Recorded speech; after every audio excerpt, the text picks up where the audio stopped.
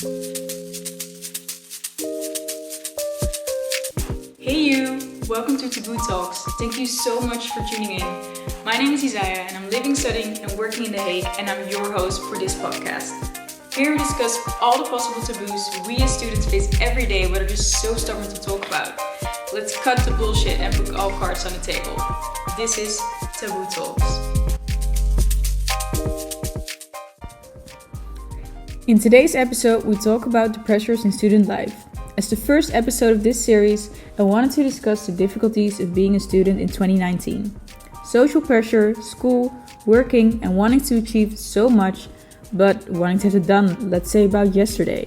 How do we cope with this? With social media setting a crazy standard, intense personal circumstances, and balancing out our busy lifestyles. Today we're chatting about all of this with two of my fellow students, Claudio and Angie. Let's go. Welcome, guys. Thank you so much for being here. Thank you for joining me. And welcome to Taboo Talks. Can you tell a bit about yourself, what you're doing? No, Angie, please. Okay, ladies first. My name is Angelica Barasoin, and I'm half Thai, half Spanish, and I moved here for university for the creative business course, as you know. Mm-hmm. Yeah, you? Who are you? I'm Claudio Latan. I'm from Romania. I study also creative business and international studies, political science in Leiden University. Nice. Alright. Smart ass. Well, for me, I don't have a job currently, so I'm just at home, doing a lot of creative work at the same time, and trying to handle that with, school itself and a social life, So, yeah, it's like in my free time, it's just crafts and knitting. It's like a grandma, yeah. Yeah, that's like what I do. You? Well, the thing is, I did and I do some things. Let's say currently I am the head of events for the The Hague. Yeah. Which is a platform, is the largest student association in the Netherlands. Now we are based in The Hague because there were a lot of university cities that had the ESN as a section apart from The Hague, and now we're present here as well. And in terms of job, I committed actually for Leiden this year after an experience I had last year. I worked as a diplomatic intern for the Embassy of Romania to the Kingdom of the Netherlands. Because Romania had this rotative presidency. I don't know if you know, but in European Commission, out of 6 months a country takes the presidency, and they're obliged to get new people, get new interns to familiarize themselves with diplomatic stuff, and I got in.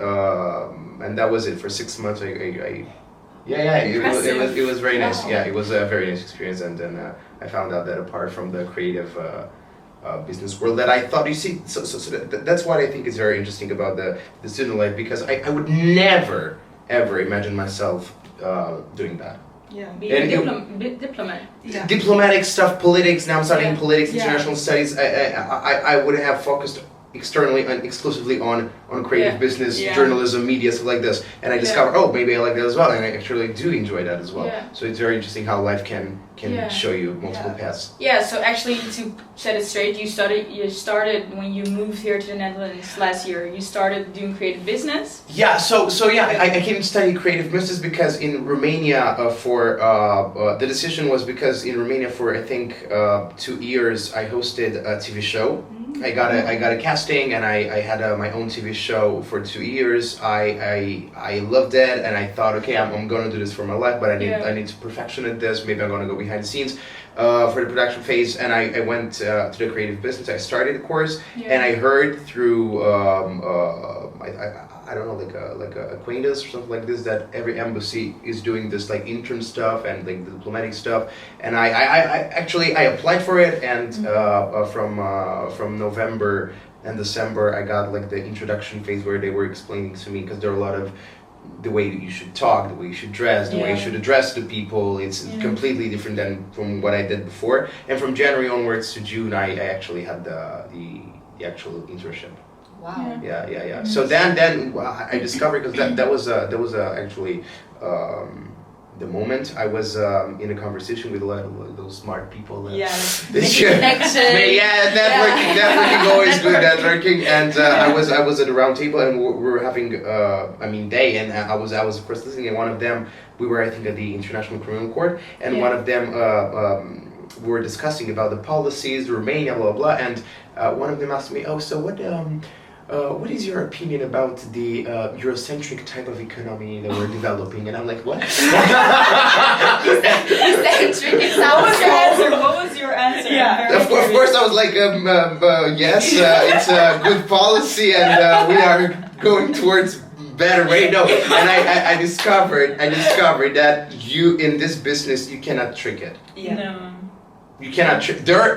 I think there are businesses. I truly believe that, for example, in if you want to be an entrepreneur or something like this, you don't need school. If you have talent and you can pursue. It's a character. Exactly like in television, in acting, in food. If you have talent, like a lot of directors and actors didn't go to school, but in here there are specific terms, terminology, information that you need to know. Yeah. It's like studying in a way. You need to kind of know these things. Oh yeah, definitely. Because everybody told me we're not. Everybody from the diplomats and like the judges and everything, we're not stopping learning. Yeah. Because it's every day. It's changing a lot of information. So I discovered that if I will ever think about maybe changing the career path, I will need to get a foundation, and I chose that. Yeah. So that's why you eventually decided to study, because now you're studying two at a two at a time. That is such a risk. Two at the same time. Yeah. Political science, right? International studies in the Department of Political Science. Yeah. Wow. So impressive.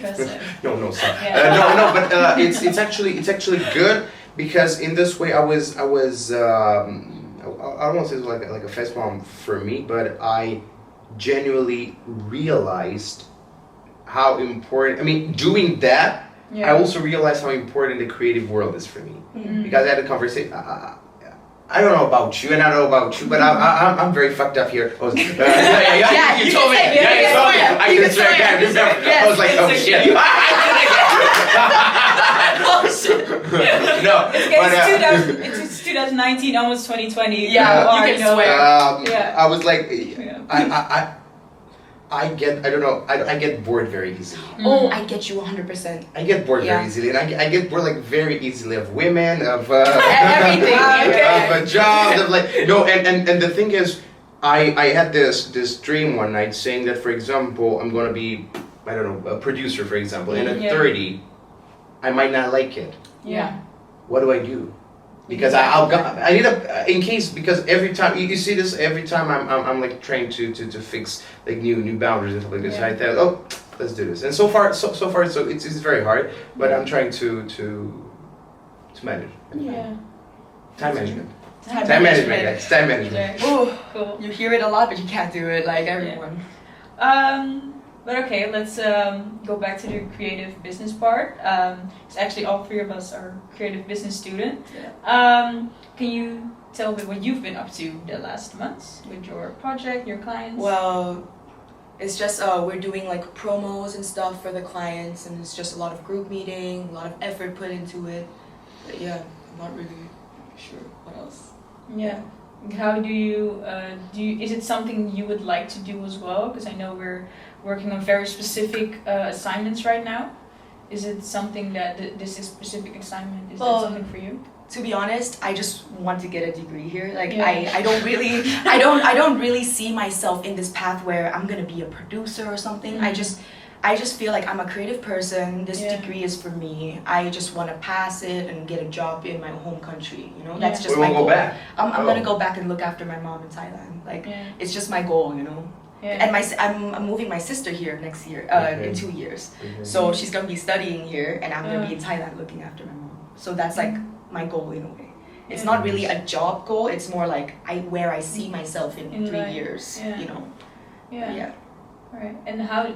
Because is it then hard for you to stay motivated as well? I mean, it is hard because, well, as you know, like my father passed away last year, and it's not really, it's not really an excuse for anything. But I feel like when he passed away, my world just crumbled, you know. I was this spoiled brat who, you know, her parents paid for everything, looked after, and then out of nowhere, you know, he was pouring water and he fell to the ground, you know.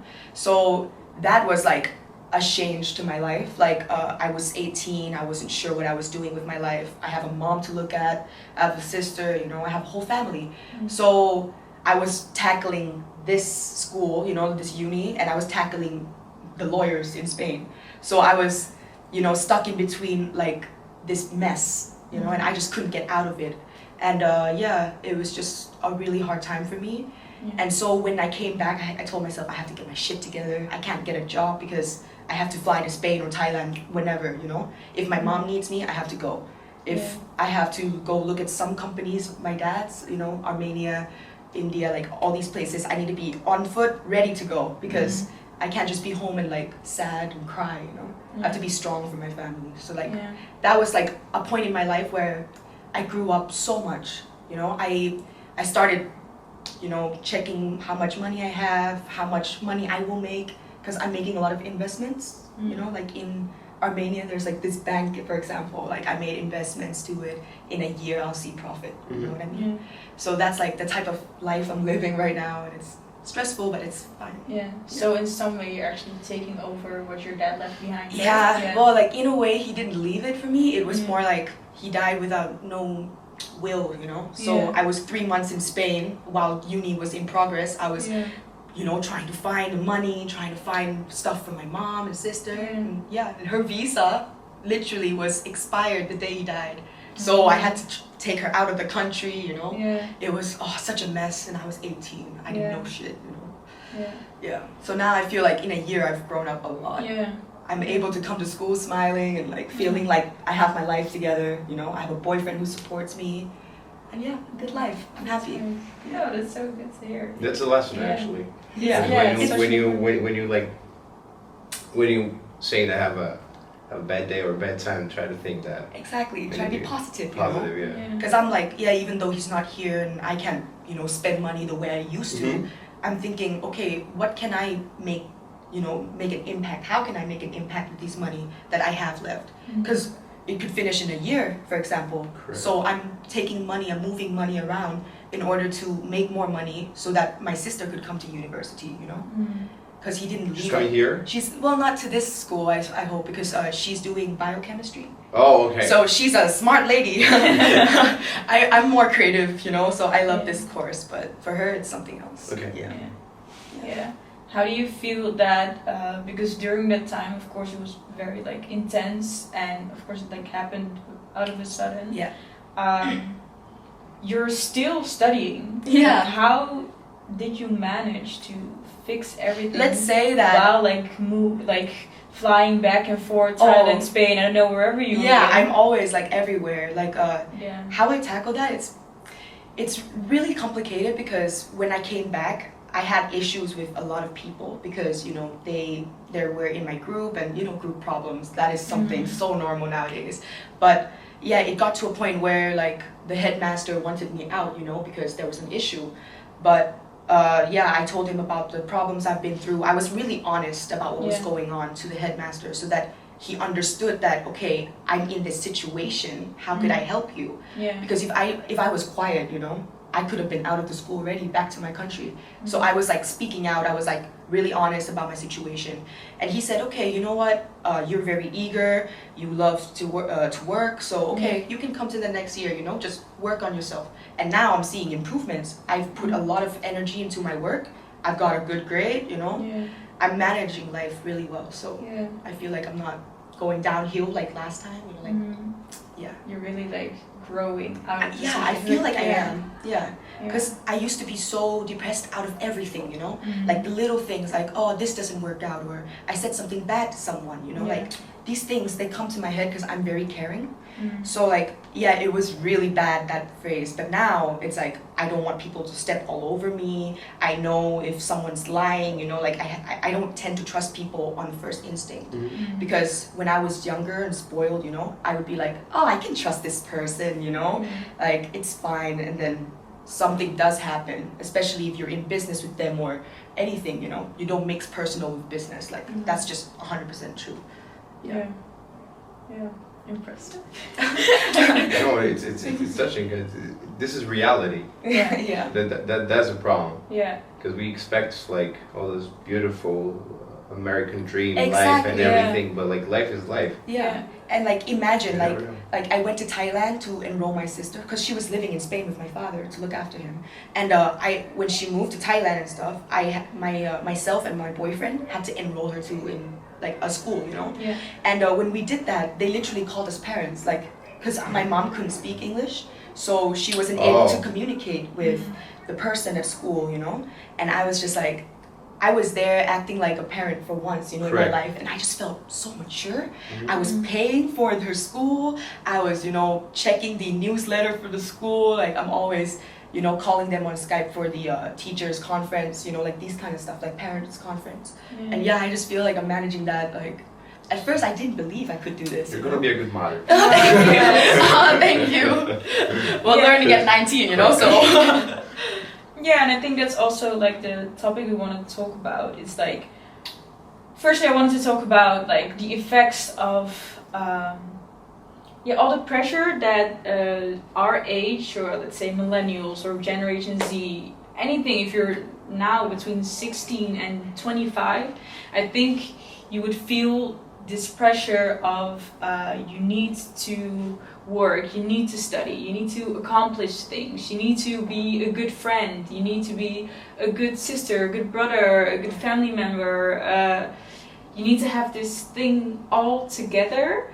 And I think it's just putting so much pressure on us. And you see like stuff as the young people having a burnout, the rates like going up, young people having depressions, suicide, all of that stuff is going up. And I think it's so important that we learn how to deal with certain situations. And then for you, for example, like you've had this crazy situation when you were only 18 and you had to switch from just being a happy student, going abroad, to study, blah, blah, to arranging all of these things. And I actually really admire how you turned this whole situation around and you were getting like so positive.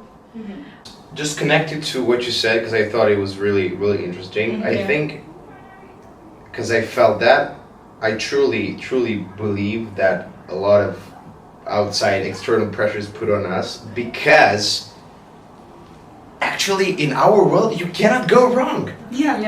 Because on Instagram, on Facebook, you never post something when you're bad, when you're doing like you want to pretend that everything is going well, so apparently nothing bad is happening in this world and everybody's feeling happy. And I feel even if you're not aware of this, subconsciously your subconscious mind is working on this, like, okay, I have to perform 100%, even if 1%, maybe my 100% is not as ancient and as Isaiah's, and like our crazy mind. So just I think that for everybody that is listening to this, I think a message that I think myself I still cannot handle it 100% is you're enough. Like the root of the problem for me is basically like we feel the need to make everything so perfect that when one thing goes wrong, you feel like, oh, I'm such a bad person. Oh, I'm not good enough, you know? Like you didn't get a good grade and you're like, shit, I didn't study enough, you know? But actually, people make mistakes all the time. People don't do maybe as well as you, but it's your personal preference. It's like expectation, you know? You expect too much. Absolutely. Absolutely. Yeah, and I think also what you said, like especially the whole social media part of this has just been having such a big impact. You know, like all these social media influencers and blah blah. And like I first want to say that I think it's really important to still appreciate influencers as it's their job. Yeah, correct. And but like what they're influencing, because if you're influencing, it's their job. But if you're influencing on how to, I don't know, I'm not a girl, so like treatment for hair and like how to do your makeup and like influence me, I don't know, on how to sleep well, on how to get my vitamins, on how to treat live animals well. I mean, don't influencers now. I don't think that their influence is actually on the positive side for our humanity. Yeah. What you're influencing? You're calling yourself an influencer, but for what? Yeah. Yeah, but then I think that's also an interesting discussion because what is like because there's always this part, their job is being an influencer, but do they need, because you see people commenting so much and like, you should just promote this less, and you shouldn't promote having this amazing life, and you shouldn't promote having this amazing body, or blah blah blah, but it's just their job. And I think like years ago when we just had magazines, for instance, magazines were also picture perfect. It was also only showing the good sides because it's for entertainment. And should these influencers then, like, of course they could use their reach by promoting like how to take care of yourself, or how to improve your sleep, or how to deal with depression, or whatsoever. But if your brand, and which is you as a person, is you're like really good with makeup, let's say, why would you start saying it's like off? Correct. But I have to say this, unfortunately, or fortunately for us, not everybody could speak correctly about depression. Not everybody could speak correctly about how to like tackle the sleep cycles and how to get nutrition. I mean, you know what I'm saying? I don't want to hear about a person that has no medical or psychology experience on how to tell me how to deal with depression. No, okay, if that's the case, stay with the makeup, stay with the makeup and don't do it. Let a doctor, no, for real. No, but like, I love it. I love your the way of thinking. Can you imagine, for example, giving, as it was a scandal, I remember, I don't know if you watched it, like the 30 reasons why, the scandal with like the whole suicidal thing, and apparently that it was promoting suicide, right? Actually their whole like scope was to battle against the suicide thing, and apparently the whole 180 degrees was that a lot of people actually thought, oh, but maybe that's the way, look at her. That's how it ends. That's how it ends. That's my life. That's my life. So apparently what they did was they fluctuated it, and now it's getting bigger and bigger. So I think that when an influencer comes and like thinks what she's talking about, like, lady, stop there, like don't even. But I have like some commentators. I don't know if that's how you say it, but they're like influencers on YouTube that actually speaks on these kind of stuff that I love, they touch that topic and they're like, okay, this is the dead trend, like when you look at that, that's just stupid, like I like these type of people who just talks about stuff that people don't talk about, These are the type of videos I watch. But like the makeup community, I see that there's a lot of drama, and that brings a lot of money, you know. So for me, I stay away from those kind of channels because it doesn't make my life better. It doesn't give me an impact, you know. And I think, but I do get it because I also like the fact that that's like growing, that people speak about real stuff on social media more and more. It's not as much as it could be, but it is more. But I think it's still that there are two different ways, you know. Either you speak about your personal stuff, or either you just focus on. Absolutely, and I think just like to conclude on this topic, I think that of course influencers have a lot of power.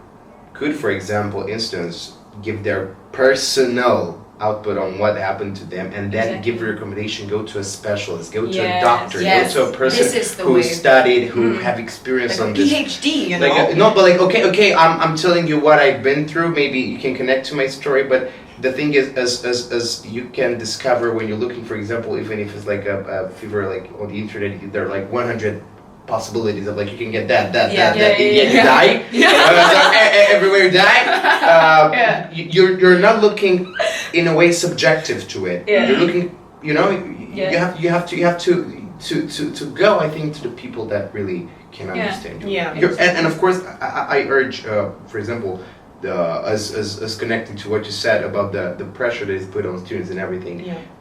Talk to actually the people who in the school, for example, like every school, study counselor. Every university in the Netherlands has a student counselor. Talk to them, open up, as Angie did, because I had this conversation because in late August I was invited as a speaker for the intro days.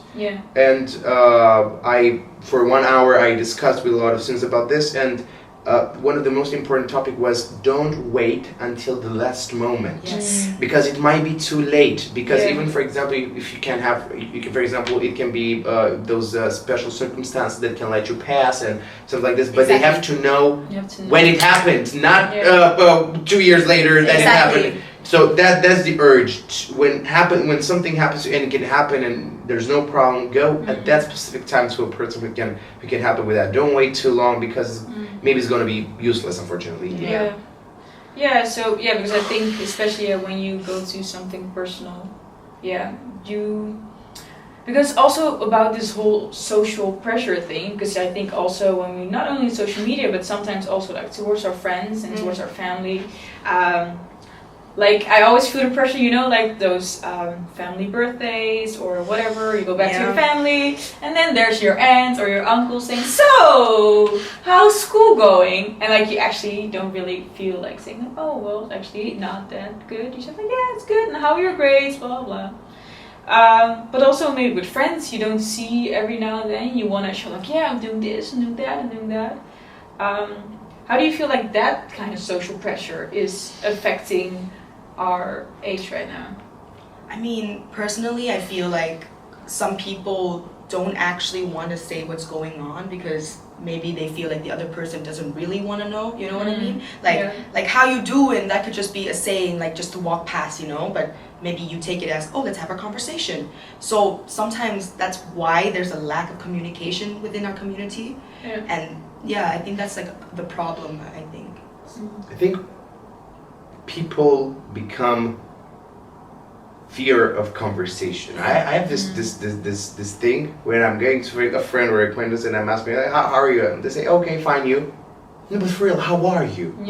They don't say what they're doing. They don't say how they're feeling. They just say, it became very, very... Yeah, how are you? Good, okay. Good, no, but like, tell me what is happening to you. So yeah, for the thing and about that like auntie grandme. I think this is recurring to I don't think it's only for our generation. No. And I think personally, I think that in our generation it became, I don't fucking care what a third grade aunt thinks about what I think we understood that it's not really their business and let's handle more in our life than not going through, and that's the problem. I think it's like in philosophy, it's like a circular moving. The way you start it is going to end to you. If you are this kind of person that, what is it doing? Why is it not doing it? You're commanding on, like, you bring that energy to you. I don't think that if you're sending outside an energy, a negative energy, you're going to get a positive energy. No, of course not. So I think look, I think maybe if you're feeling pressure, maybe I know I'm talking a lot of different things, but for example, last evening I went to a very nice conversation with a doctor in Germany. She's a doctor in political science. Very nice conversation, and she was talking about this whole human society pressures, and we have rights, and we have the right to be free, we have the right to talk, we have the right to have friends, but never talk about the responsibility we have to our society. We want, we want to have friends, we want to work, we want to have rights, we want to have good money, we want to have good friends, but what you're doing for that, what you're giving back to the society, what's your social responsibility? That's the problem. You cannot ask for something if you've never did something towards society as well. You cannot ask it. You don't like, maybe a course in your university. Go to that specific teacher and talk to them. I don't like this, I think this could be better. Don't just stay, if you're standing and procrastinating, exactly, and not doing anything, nothing is going to change. That's the problem. I agree. No, exactly. And I think sometimes also, I really like what you're saying, the fact that like people also expect a lot. Because it's like two sides, Exactly. Either you're like feeling like, oh, I need to do this, I need to do that, I need to do that, I need to do everything. Or you're like, you know what, I'll just let it come. I know I need a job, but I'll just sit and wait. There's like...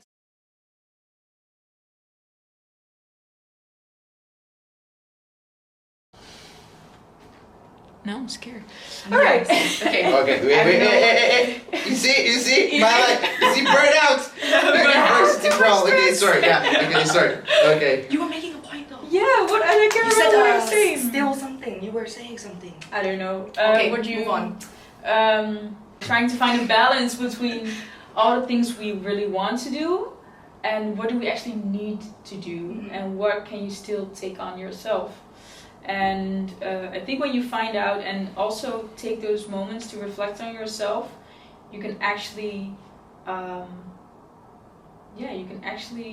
deal with all these pressures, like as long as you stay true to yourself. But that's the whole thing with the social media, with school, or with friends and family, and like the pressures you may feel from the outside. As long as you stay true to yourself and you know what you're doing and you know where you want to go to, what you need to do for it, it will be fine. But also know how your body gets to rest, how your mind gets to rest. And because if you don't know that, you're not gonna find rest. And I think it's so important that we do take that in order for us to keep on going. My problem, kids don't do this. Kids don't do this. Sleep. Yeah. For example, last night I slept 4 hours because technically I couldn't. 4 hours or 4 hours? 4 hours. 4 hours. No, I wish. Yeah. But you're right. But also enforcing what you said. The thing is, because you mentioned like, oh, of course, let's think about what we like. But I think everybody would like to be on a cocktail on the Bahamas beach and laying on the sun and not studying and working and stuff like this. However, I don't think life should be treated this way. Of course, I don't think you should go. I don't think in general you should go into extremes. So don't just not do anything. Yeah. Just like don't be Claudio. Yeah, exactly. Be the meal, of course. But the thing is, life is beautiful. I think even with stress, I think some negative moments in our life, or the moments when we think actually are there for a lesson, and then you say, okay, but now that I'm feeling sad, okay, but like look what happened to me. Yeah. Then I could said I was sad. Now it's like a pity or something. As for example, happened to you. I mean, right now, if I don't know, you don't catch a train, I don't think you're that sad anymore. Not, yeah, exactly. Correct. Yeah. But the thing is, I don't find life as a way to look, I'm not relaxing all the time. No, I think life should be entertaining for you and for the others. Yeah, of course, there are times, absolutely 100%, when you have to rest, when you have to relax, when you have to recharge your batteries. Yeah. I'm waiting for that. That day. I'm waiting for that Christmas. The Christmas break. I'm like looking. I'm looking to Isaiah like I'm looking to Christmas break. Yeah. It's like a tunnel with a light there, for you.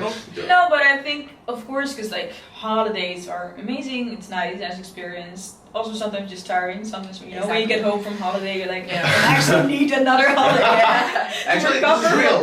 No, this is real. I think I read somewhere that the period after a very long you shouldn't go directly to the full schedule. You should go step by step because your body is not ready to like from the first day 10 hours per day open books hundreds. No, it's okay. So you're kind of ready. Yeah. For this situation, to be honest, how I deal with it is I fake it till I make it. Like in a situation where it's like how you said about acting. You know, like this is all about character. So I leave my house, feeling a bit down. For example, I come to school. I fake it until I make it. I'm not happy that moment, but I'm smiling. I'm feeling positive. And then there's days when I feel sad and gloomy, and it's just those days you just have to overcome it and feel like those are just temporary. Emotions are just temporary. Yeah, but then I think it's maybe because you say fake till you make it, but I think it's actually more because that's more like just how do you say that? Like just internal? Yeah, just shutting off that feeling just so people think you're happy. Yeah. But I think it's more the mindset. I think that's what you're trying to say. Yeah, like exactly. Changing your mindset. Yeah. Like of course you can be sad and you can be upset over things. And sometimes you just need to be and you need to sit down and cry and leave it all out. Of course. And sometimes you need like, no, today I'm choosing to be happy and I'm choosing to work towards my goals and I'm choosing to support my friends or support my family. I'm choosing to do all of that. Yeah. And I think, It is a state of mind though, because when you see someone like sad, you don't want to make yourself sad also. You want to be the one who's strong enough to carry that emotion, to help them. But sometimes those days when you feel sad, you can't let yourself be like that. You have to be real. I feel that there are a lot of sad people. There is. Yeah. And you don't know that. Because I could have never seen Angie. Angie's always with a smile on her face. Yeah. But you never know. You never know what's behind that person, you see? Exactly. So that's why I'm saying that it's so important to talk to your friends, to let go, because okay, you're wearing the mask today, you're wearing the mask tomorrow, but you cannot live with this inside of you. Something is happening, something is changing. Yeah. And I think if you're not having anything that would start a fire in you for every day you're waking up with why? Yeah.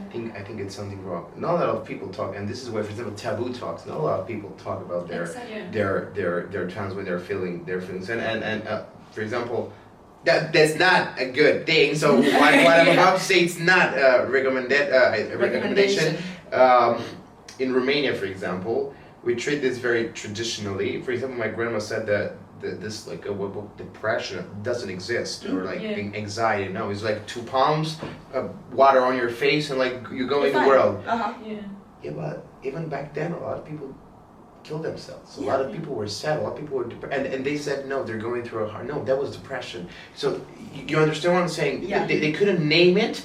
They said, it's from the gods in the ancient times. Yeah. It's from. They blame it on something else. They blame it on something else, but never introspecting inside. That's, I think, a very, very nice way, as for example, Kant said it, to take yourself and to put it as you for example would put a jacket inside out, to put yourself inside out. Not many people do this because it means that you're taking off your armor and everybody can see you. Vulnerability. Exactly. Vulnerability. Exactly saying nobody wants to be vulnerable because we have this concept in our mind, because that's how we're. I think personally the educational system is treating us. Everything is based on competition. Yes. So from the first grade we're in school, I'm thinking, okay, I have to perform better than X, Y, than Angie, than Isaiah, because I'll get this summer. So in ourself, I'm not seeing. I'm just saying, hypothetically, I'm not seeing Angie and Isaiah as a person that I can open up with. I'm seeing you as my competition. And if I'm vulnerable to you, you're going to defeat me. Exactly. And I cannot never open to you. And from this moment, you, for example, how in life can you, for example, name this example of I know, for example, a doctor. He was working in hospital. He was very successful. At 35, he had this kind of burnout, and now he is a Uber driver, and he's more than happy. Time of his life, and you can say, "What, is he crazy?" No, because actually that was his life. Yeah. Conducted by others, but what the parents said is good, but what the parents said it's advisable for you, but what the friends said is advisable for you. Are you crazy? Are you going to be a Uber driver if you have a PhD in doctoral science, stuff like this? No, but actually that he made said him happy. That made me happy, Yeah. And I think that's a lesson for everybody. Yeah. Don't go for what the society thinks is best for you. Yeah. So and then sometimes be vulnerable. Yeah. And I think it's also because I really liked what you said about the competition. It's when you are vulnerable and you're putting yourself out there, how do you say it? When you're opening up, you can either help people with that are going through the same thing as you. You can be there for each other. You can understand what everyone is going through. Yeah. But it's also people who are a step ahead of you can tell you hey, maybe you can do this, maybe you can do that, maybe that will help you to either get out of this situation or turn the situation around. And I think we're so scared for that, what you said, because we feel like everyone is competition, and we feel maybe unconsciously, but we feel like people are always trying to defeat us. Mm-hmm. But in the end, it's of course, there will always be people who are there's always someone who's not going to be nice about it, who is maybe going to be your competition. Mm-hmm. But it shouldn't matter for all those other 80% of people in your life who are there hey, you're struggling with this because you've told me, I can help you with this, I can do that for you, or let's find a way to fix this. And I think that's so important, And we sometimes forget that we have actually so many people around us, and also people who like feel lonely a lot. It's like, look around, you know, you have people who are there for you, and if you don't, you know, like, get out there and talk to someone, especially like what we've been saying, like. Yeah. But like for me, I don't think it's only competition. I feel like it's also trust. Like I feel like if I was to trust someone, I would give out my heart and soul. I would tell them what's going on. But if I don't have the trust, and I'm not that type of person to just, you know, like you said, like give them the load, you know, like give them all my personal business. But like I wouldn't reach out for help from that person who I don't trust. Yeah. No, of course, and I think it's also more like, of course, you have to know the people who are around you, but sometimes even people don't talk to their friends about what's going on, you know? But anyhow, you could not give 100% of yourself. Yeah. That's impossible. Yeah.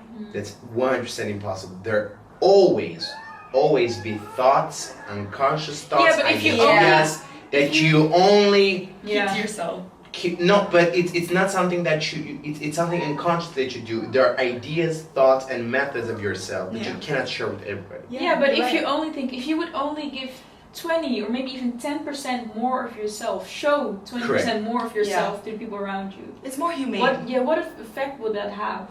Like, we can carry this all together. Like, you don't need to carry it all alone. And it's also, the pressure is also coming from people thinking that, oh, she might be thinking this or he might be thinking that. Yeah. That's where all the pressure is coming from. That's what I think. Yeah, definitely. And if we just talk, because you feel like, oh, I'm not good at, let's just a simple example. Like, you have this course that you're not good at, and you've seen this other guy, and he got like an 8 for his exam, and you pass and blah blah. And you're like, in your head, you're like, oh shit, you know, like this must, like, why am I not passing this, and why is he getting the good grades and blah blah blah. Yeah. What if you would step up to him and like, hey, I failed, but can you maybe show me how you've done it, or show me.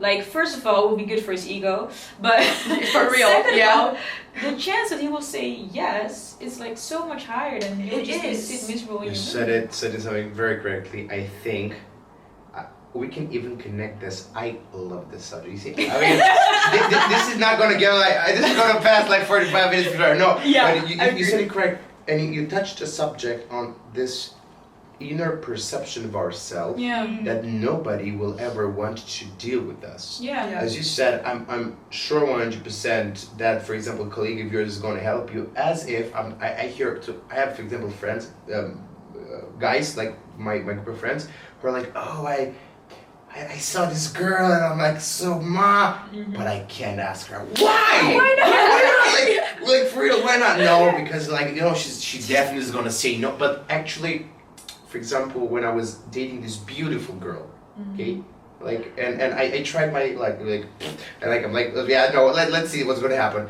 Actually, after we discussed, do you know, like, I've never been invited to a date. I was like, what?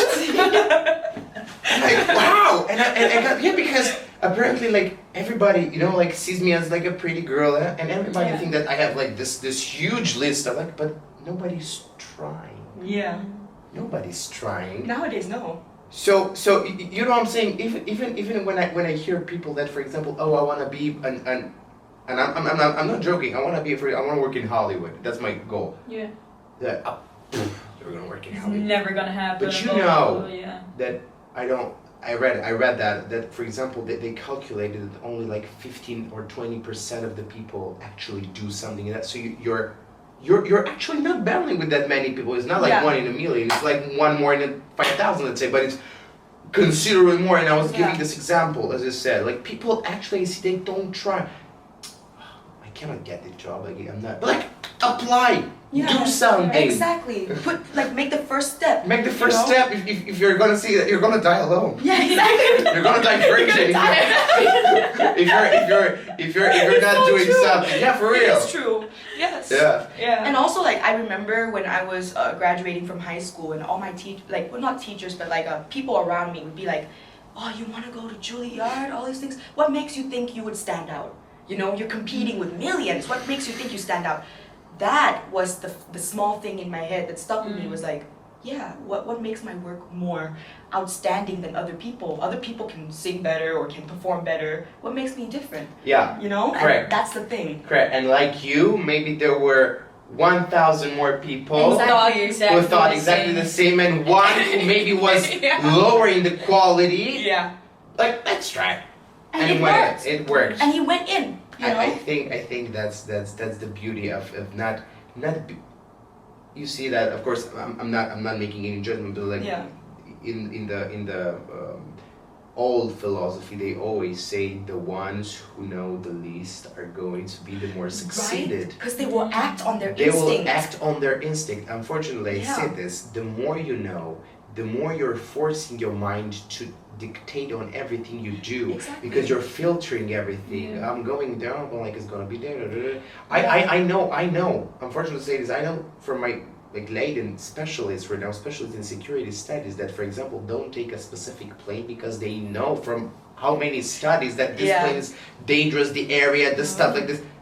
So too much here actually is affecting the way you live. So I think you see, like, and you're asking yourself how like so many people in the Asian world did so many, because they were based on instinct. I don't think we trust our instinct anymore, and I think the instinct is the most powerful tool we have. The most powerful, and the beauty of it is that we cannot be studied. Nobody knows what's this instinct, this thing that is in you that dictates your stuff. But however, for example, I wanted to become an actor.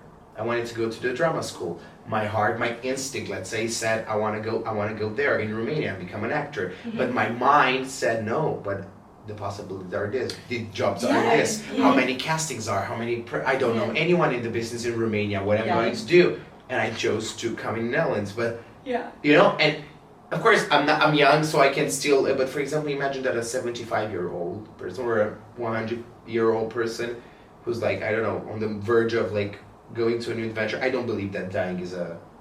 We're not for the next episode, guys. We're not going to do, but to the death and everything, like adventures. Like I'm not even. But imagine that person is going to think, what if I hate this. I hate this question, the regret. The regret, but like this is like, what if I had the courage to do that? What if but from the small thing, what if I had the courage to kiss that person, to hug that person, to tell that person that we don't tell I love you anymore. We don't tell I love you, like everybody, like it's like nobody's saying anything. What if I actually committed to something and did something? And I think because if you follow that instinct, it's again that point of vulnerability. Exactly. Yeah. Because you're like, you don't know the result. You don't know the result. Exactly. So it's like the fear of unknown, you know? Yeah. And also the fact that I love what you said, like just now, because I don't know how I feel about this situation, but I know for a fact that like I don't live and feel like I regret my life. Like I don't like to live in regret. I like to look back and say, yeah, I did what I did. I did what I can. You know, I literally don't believe in regrets. I feel like things happen for a reason. Like, you know, like my father passed away was the, you know, like it wasn't the best time of my life, but it was something to push me. The better lesson for you. Yeah, it was a great lesson for me. I learned how to grow up, and I'm able to, you know, manage my money. I live with my boyfriend, and you know, we don't have problems. It's just like, it sounds like a dream for me right now that happened, and I'm finding, you know, success in life. So yeah, I don't believe in regrets, you know. Yeah. Well, I think on that notice, that was I like that conversation. This was kind of a discussion.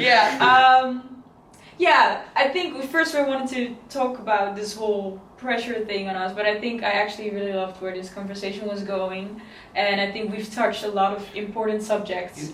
And we were vulnerable. We didn't plan. We shared our stories and look. Exactly. It was not a straight path, but it was amazing. So thank you so much for joining. Thank you for opening up, and good luck. Good luck. And second, I want that car. Oprah, I want that car. And third, in like let's say 50 episodes or 60 episodes, or when you're going to do like this cycle of like, please invite us again. Yeah, so maybe please. we can bring up data and talk about other stuff. Thank you for inviting us. You're such a good host. Oh, thank you. Oh my god, I could not even mention it. Of course, you're Oprah. People were singing this for Oprah. Of course, you're an mentioned amazing Oprah, host. and now we say Yes, thank yeah. you for the invitation. Thank you so much, Thank baby. you. Thank you so much. Love you. Love you.